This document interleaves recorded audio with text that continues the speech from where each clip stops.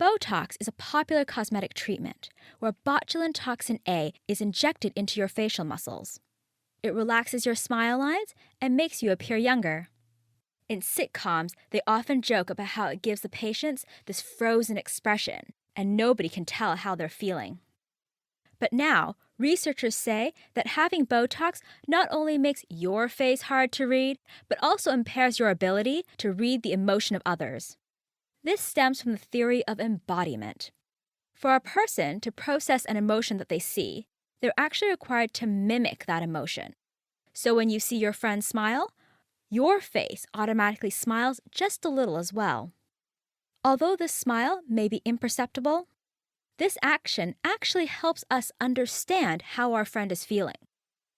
I'm Fanny Yoon, and I interviewed lead researcher Jenny Baumeister from the SISSA to better understand how she conducted her study. We conducted the study by recruiting participants who had planned to undergo a Botox treatment for the first time.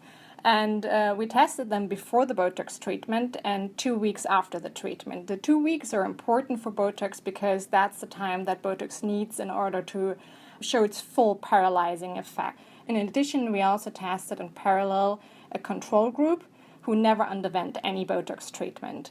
And during the test that we did with the participants, we showed them slightly emotional and strongly emotional faces, and then we asked them to rate their emotionality on a scale. And then in an additional task where we asked participants to decide as fast as possible as they could whether a shown face was sad or happy. And again, the faces were slightly sad and slightly happy, and very sad and very happy. And then we looked at how that changed. And what were your results? The results were actually pretty impressive and clear, as the patients showed across all three tasks that there was a certain degree of emotional blunting towards the slightly emotional stimuli, but not towards the very emotional stimuli. And also they became slower in deciding whether a slightly happy or a slightly sad face was happy or sad after the Botox treatment, but their reaction times towards the very emotional stimuli remained stable. And for the control group, we didn't see anything. And one possible explanation for these results could be that we use this facial feedback that we get from our mimetic muscles in order to make good decisions about emotional stimuli.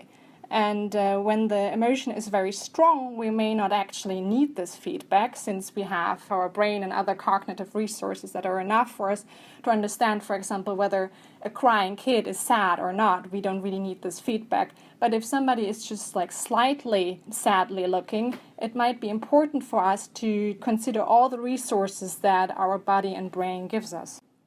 Going forward, what do you think are the implications of your research? Well, I think the findings may have implications in many fields, but I think one of the most promising and interesting is at the moment the fact that, for example, some other research teams have shown recently that an interruption of this facial feedback loop may actually help those who get too much bad feedback from their facial muscles. For example, like in depression. So there might be a way of using Botox for treating depression in the future.